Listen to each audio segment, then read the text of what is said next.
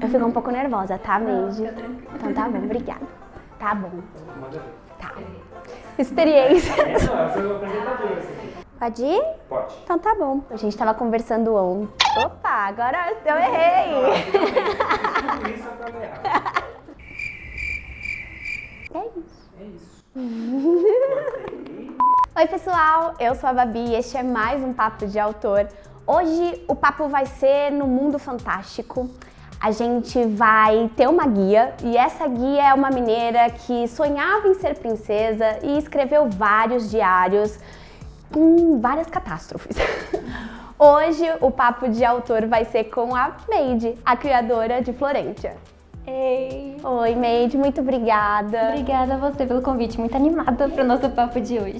Eu tô muito também. A primeira coisa, eu sempre tenho aquele clichêzinho que eu pergunto pra todo autor, que é: de onde surgiu a ideia de escrever sobre uma princesa desastrada? Veio totalmente inspirado na minha própria infância. Como você mesma disse, eu já escrevi vários diários cheios de derrotas, igual o Diário da Princesa Desastrada. Então, quando eu estava relendo meus diários antigos, eu percebi que muita coisa que parecia de literatura mesmo, parecia inventado, tinha acontecido comigo. Tinha uma professora que não gostava de mim, igual a Princesa Desastrada tem uma professora que trata ela super mal. Tinha várias situações também de coleguinhas me alfinetando, né? Aquele clássico de escola. Mas tinha muita coisa engraçada também que eu lia e que eu, né, a Meidinha criança de 8 anos de idade, escreveu, que eu ficava, nossa, parece que é uma história de comédia isso aqui, nem parece que é um diário de uma criança que realmente aconteceu. Então, pegando essas histórias que realmente aconteceram comigo e transformando num universo mais mágico, eu criei o Reino de Florentia, a história da Princesa Desastrada. Então tem bastante coisa minha ali dentro, mas transformada nesse universo rico de magia. Que incrível! E me conta, como é o seu processo criativo? Da onde vêm as ideias? Quando rola um bloqueio, como é que você faz para sair desse bloqueio? Olha, meu processo criativo é caótico. Acho que todo processo criativo é caótico, sério, todo. Eu sempre tenho em mente o que vai acontecer no livro. Por exemplo, nesse primeiro livro, ele é bem a base de um conto de fadas, então apresenta o reino, depois vem assim a princesa descobrindo mais coisas sobre si mesma, uma maldição, a vilã, e aí tem o desfecho onde essa vilã tenta tomar o reino e tudo mais. Então eu tinha isso na cabeça e aí eu fui colocando histórias divertidas no meio disso.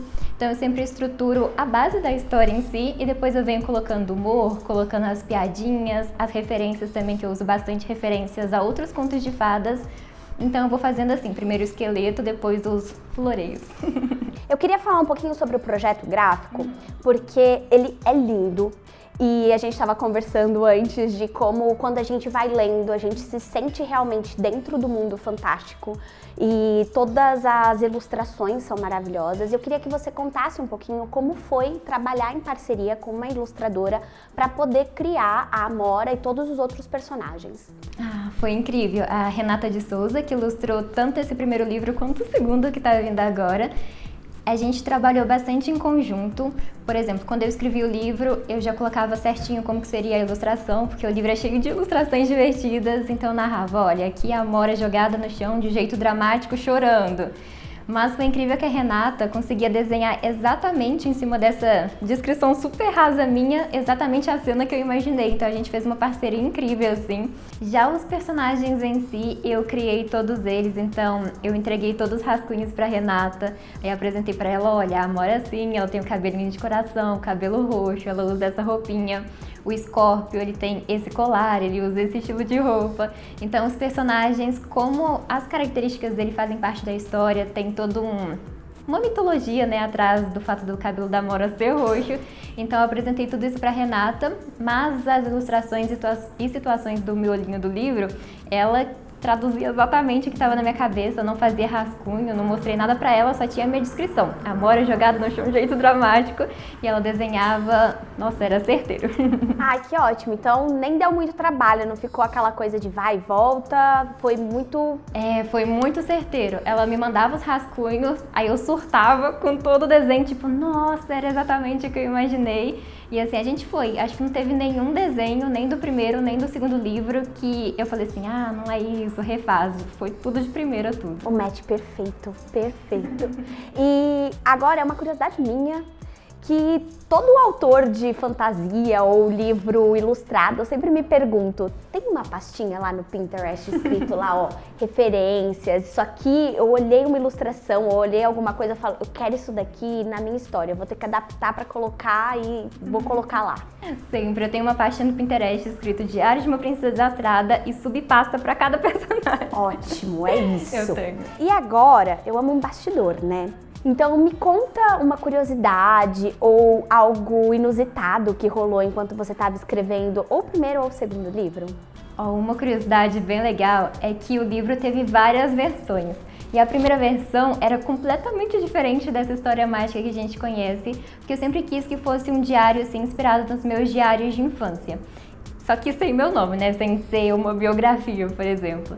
Então, o primeiro livro, a primeira versão da Princesa Desastrada, era uma história de uma garota no mundo real, sem magia, sem ser um conto de fadas. Então, eu fui percebendo, assim, que eu queria atacar mais magia, mais pozinho mágico, e aí foi virando esse conto de fadas mágico que a gente conhece. Mas no começo era uma história sem magia nenhuma, então virou tudo de cabeça para baixo. E agora a gente vai falar de novidade, porque enquanto a gente está gravando esse papo, as máquinas lá na gráfica estão rodando para em breve chegar nas livrarias o novo livro da Made, que é O Diário de uma Princesa Desastrada 2, O Segredo das Flores. E eu queria que você falasse pra gente o que a gente pode esperar das desventuras da Amora, que tem chegando aí. Olha, nesse segundo livro, a Princesa Amora se enfia em ainda mais confusões. Então, se no primeiro já dava tudo errado na história dela, nesse segundo vai ser um pouquinho pior. Mas quem leu o primeiro livro sabe que ele acaba de um jeito bem bombástico, o Reino de Florente está passando por algumas situações. Então, nesse segundo livro vai ser bastante explorado isso. O reino assim, de Florente tá de cabeça para baixo, então a Amora vai ter que lidar com isso. E sobre o próprio segredo dela também, que a Princesa Amora é uma princesa que não pode revelar que é a Princesa de Florente. Ela tem um disfarce de Florentina, que é uma garota comum assim do reino, ninguém sabe que ela é a Princesa Amora. Então, nesse segundo livro, esse segredo dela vai ser colocado bastante à prova, de como que eu vou proteger esse segredo, a vilã tá atrás de mim, tem bastante isso também da vilã estar atrás dela de novo, tanto que a gente tem vários cartazes procurados aqui atrás. Então, nesse segundo livro é bastante isso. E ele também vai explorar mais a fundo a mitologia do reino de Florentia, que é um reino rodeado de flores venenosas que não deixa ninguém sair ou entrar no reino. Então, por isso o título O Segredo das Flores. Então, é um livro que tem bastante segredos, tem bastante personagens novos e mais coisas para a Amora descobrir sobre si mesma. Então, tem bastante coisa bombástica. Muito bom. A gente estava paradinho aqui e aí surgiu uma pergunta aqui na minha cabeça, que você é formada em cinema, né? Sim.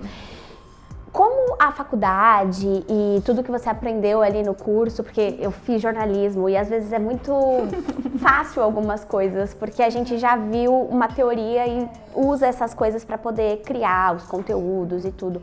Como a faculdade te ajudou a criar o livro, a história e pensar também nesses personagens, porque é muito criativo e você traz muitas referências, então como que isso te ajudou um pouco? Eu uso bastante dos meus ensinamentos que eu tive na faculdade para criar esse livro. Na faculdade eu fui pro lado do roteiro, então foi uma coisa que eu estudei muito. A gente sempre montava grupinhos para fazer filmes, sempre nos fechamentos de semestre a gente tinha que fazer um curta, um filmezinho. Então eu era sempre a roteirista do grupo. Então eu usei bastante disso que eu aprendi na faculdade pro livro, de estruturar roteiro, estruturar a história. Muita gente me comenta também, eu fico muito feliz com isso, que eles leem e sentem que é um filme, eles sentem como se estivesse assistindo um filme. Então eu me sinto muito realizada de eu ter conseguido fazer isso, porque eu realmente usei muitas técnicas de roteiro na história. E como ele é um diário, eu também tive um pouco de desafio com isso, né? De como escrever histórias de ação por meio da Amora narrando no diário, que no meio de uma batalha não tem como ela pegar o diário e começar a escrever. Então eu usei um pouco da magia do universo para me ajudar nisso. E a faculdade me ajudou muito. Tanto a faculdade quanto a produção de conteúdo, que eu falo de filmes também. Então consegui juntar tudo isso que eu aprendi ao longo da vida para criar essa história. E ficou ótimo, porque tem um ritmo muito bom, muito fluido e você consegue sentir o clímax ou quando a coisa tá ficando mais assim e você cortou num lugar nessa história que foi cruel, tá? Ficar esperando o próximo. Que por falar nisso, eu quero um spoiler agora. Ixi, será que pode? Será que a Planeta autoriza? Eu quero um spoiler. Depois a gente pode falar com o Felipe, qualquer coisa assim. Mas, me conta, a gente pode esperar mais histórias do Reino de Florentia? Olha, acredito que sim, torcendo muito pra isso, ainda mais que a pré-venda do segundo livro foi um sucesso, a gente ficou durante toda a pré-venda no primeiro mais vendido, então muito feliz com isso. A gente já tem o próximo livro confirmado, que vai ser o spin-off, que eu posso dar um spoilerzinho, que eu ainda não contei pra galera, mas vai ser o spin-off de um diário de um personagem que a galera já ama, mas não é um diário da Amora. E esse spin-off vai ser o diário de um personagem masculino, masculino. Ó, já tô torcendo isso é para. Eu já tenho meu Já tenho escolhido as pra suas torcer. Exato. E é um personagem muito amado. E escrever esse diário dele tá sendo muito divertido. Tá sendo muito legal. Estou ansiosa, muito ansiosa. E pra finalizar, você quer deixar um recado pra quem tá assistindo aí? Eu queria muito agradecer por todo mundo que adorou o Diário de uma Princesa Desastrada 1, por ter feito esse livro ser um sucesso. Muito feliz com todo o carinho que eu recebo da galera, muito gostoso. E é graças a todo esse carinho que a gente vai ter agora o segundo livro, então muito feliz por isso. Agradecer também pelo sucesso do segundo livro, que ajuda a gente demais a conquistar aí o 3, o 4, torcendo pra vir logo. Por favor. Então, muito obrigada. E quem ainda não conhece Diário de uma Princesa Desastrada, se você gosta de contos de fadas, sim, histórias mágicas, dá uma chance que eu tenho certeza que você vai gostar. Muito obrigada, Meide, pelo papo. E é isso. A gente se encontra no próximo e fora de Florentia. Mas a gente volta. Tchau!